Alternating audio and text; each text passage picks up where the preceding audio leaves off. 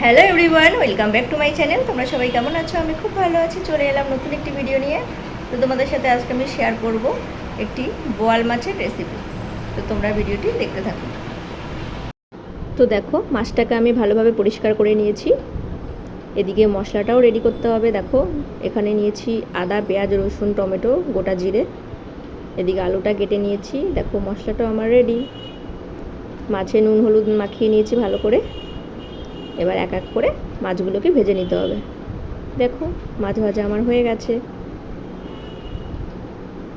এবার আলুটাকেও ভেজে নিই।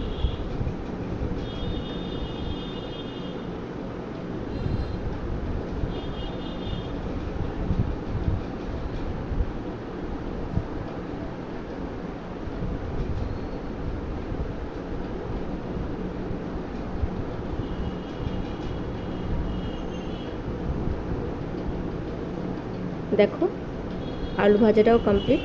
এবার এই তেলের উপরে গোটা জিরে ফোড়ন দিয়ে মশলাটাকে ঢেলে দিতে হবে।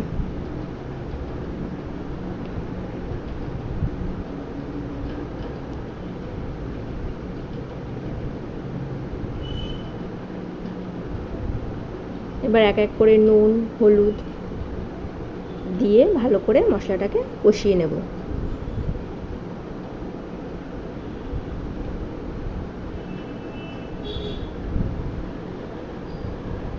ঢাকা দিয়ে দিলাম। মশলাটা কষে এসছে। এবার পরিমাণ মতো জল দিয়ে ভালো করে ঝোলটাকে ফুটিয়ে নিতে হবে। তারপর এক এক করে দিয়ে দেব মাছ। দেখো, মাছ আর ভেজে রাখা আলুগুলো আমি দিয়ে দিয়েছি।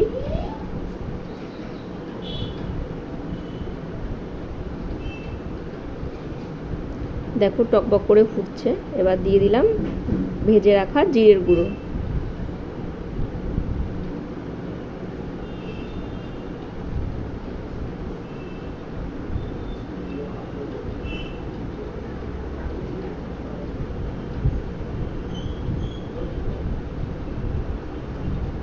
দেখো, আমার মাছ রান্না কমপ্লিট।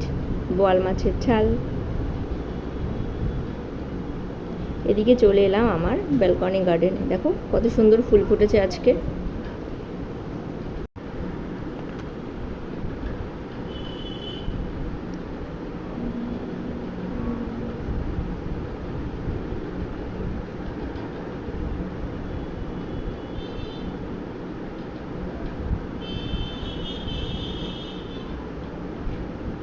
এই দেখো, বলেছিলাম না সাদা ফুলটা ফুটলে তোমাদের সাথে শেয়ার করব।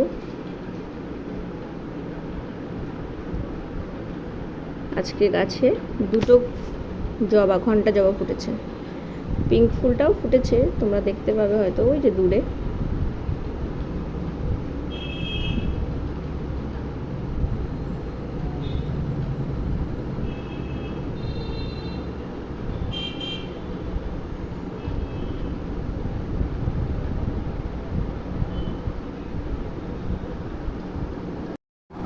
তো ফ্রেন্ডস, চলে এলাম অনেকক্ষণ পর। তোমাদের সাথে একটা দারুণ জিনিস আমি শেয়ার করব বলে এসেছি।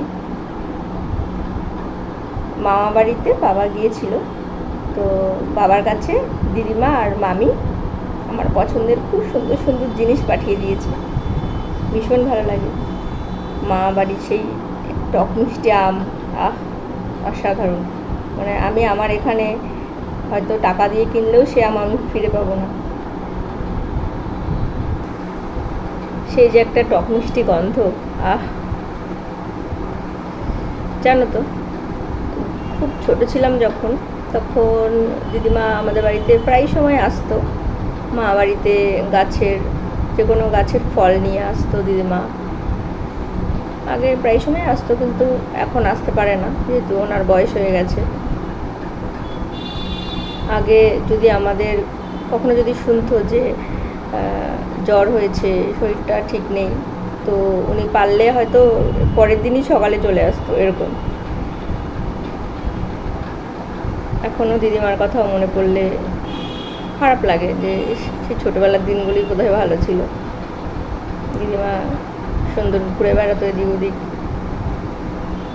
আর জানো তো, সবথেকে মজার বিষয়, যখন দিদিমা আসতো আমাদের বাড়িতে তখন না, যখন গরমের সময় তখন দিদিমা এসে আমাকে ন্যাড়া করে দেওয়ার জন্য খুব ব্যস্ত হয়ে পড়তো, আর ওটা আমার একদম ভালো লাগতো না। সেই কথাগুলো মাঝে মাঝে মনে পড়লে হাসিও পায়।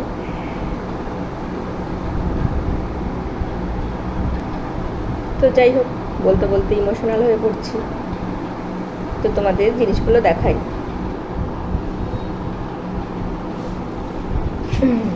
এই দেখো, এটা মামা বাড়ির ব্যাগ চলে এসছে আমার কাছে। প্রথমেই বেরোলো গরম চা।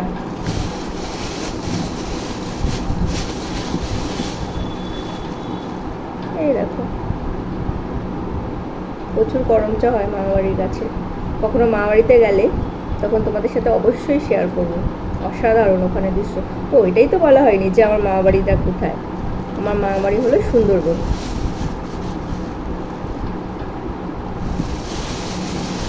এই দেখো কতগুলো পাঠিয়েছে। এই দেখো, এটা কি বলো তো, এটা হলো আমশি, আম কেটে কেটে নুন দিয়ে রোদে শুকোনো। এটা টক ডাল খেতে খুব ভালো।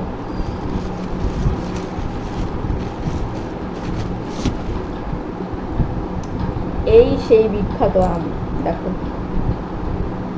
ও, শুনেছি মাসিও আম পাঠিয়ে দিয়েছে। সবাই জানে আমি ভালোবাসি টক আম খেতে।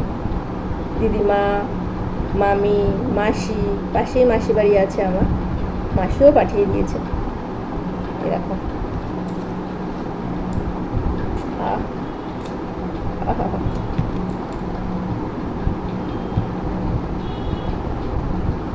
এগুলো যতই দেখছি ততই ইমোশনাল হয়ে পড়ছি।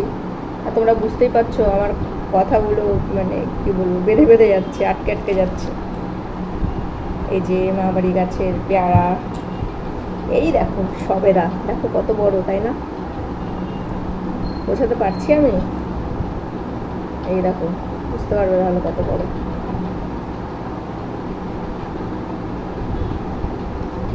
এই আতা, এই আতাটা মা বাড়ির নয়, এই আতাটা আমাদের ওই বাড়ি, মানে আমার মায়ের বাড়ির গাছের আতা। এটা একটা পেয়ারা,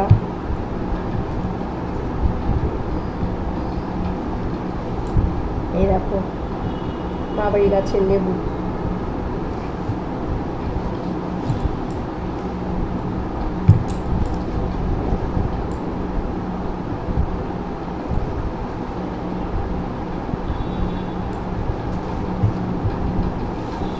এই দেখো, এটা কে পাঠিয়েছে?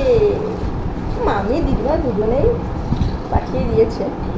এই দেখো, কি বলো তো, এটা চেনো তোমরা? চিনেই থাকবে তোমরা। এই দেখো, কি বলো তো, খারকোল পাতা। এই খারকোল পাতা বাটা অসাধারণ অসাধারণ লাগে খেতে। আমার তো খুব ভালো লাগে খেতে। মানে আমার মামা বাড়িতে এই খারকোল গাছ পুরো কি বলবো, মানে জঙ্গলের মতন হয়ে আছে এরকম, আর আমরা এখানে কিনে খেতে হয় আমাদের।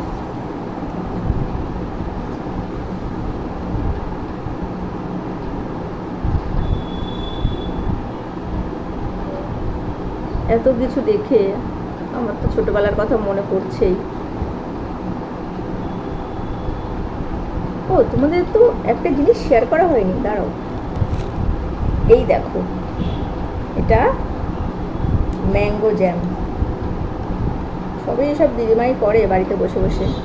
এই দেখো,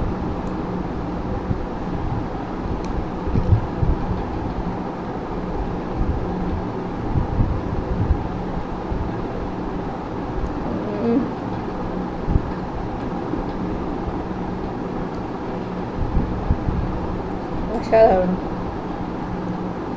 এটা ব্রেড দিয়ে খেতে সব থেকে ভালো, এটা আমার মনে হচ্ছে আর কি।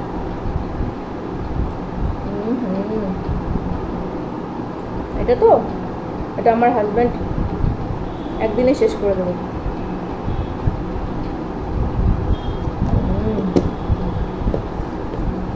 খুব ভালো হয়েছে। আর দিদিমা তো আরও একটা জিনিস বানায়, সেটা হয়তো এবছর বানাইনি, ওটা হলো আমসত্ত্ব। ওটা খুব ভালো লাগে খেতে। থ্যাংক ইউ মামি, দিদিমা, মাসি। তোমরা, আমি জানি তোমরা আমার ভিডিও দেখো, মামি তো দেখেই। অনেক অনেক থ্যাংক ইউ মনে করে সব জিনিস পাঠিয়ে দেওয়ার জন্য। আর যখন আমি যাব তখন তো তোমাদের সাথে সেটা শেয়ার করবোই, সেই ভিডিও।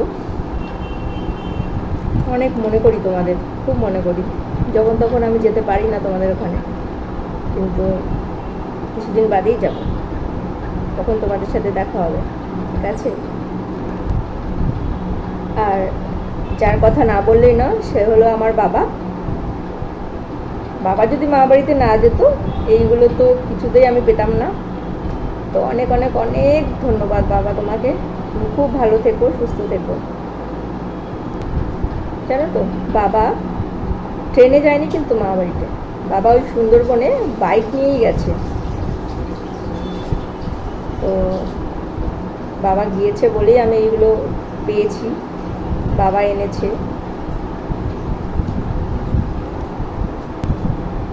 বাবা হলো আমার সুপার হিরো, মানে বাবাকে দেখলেই মন ভালো হয়ে যায়, এরকম। শুধু আমার না, অনেককেই বলতে শুনেছি যে জানিস তো প্রিয়াঙ্কা, তোর বাবাকে দেখলে না, মানে আমাদের যদি মনও খারাপ হয়ে যায় তো আমাদের মন ভালো হয়ে যায়। জানি না, হয়তো হয়তো হয়, নাহলে ওনারা কেন বলবেন। তো আমার বাবা তো, আমার তো অবভিয়াসলি আমার মনটা খুবই ভালো হয়ে যায় আমার বাবাকে দেখলে। যাই হোক, অনেক কথা বলে ফেললাম।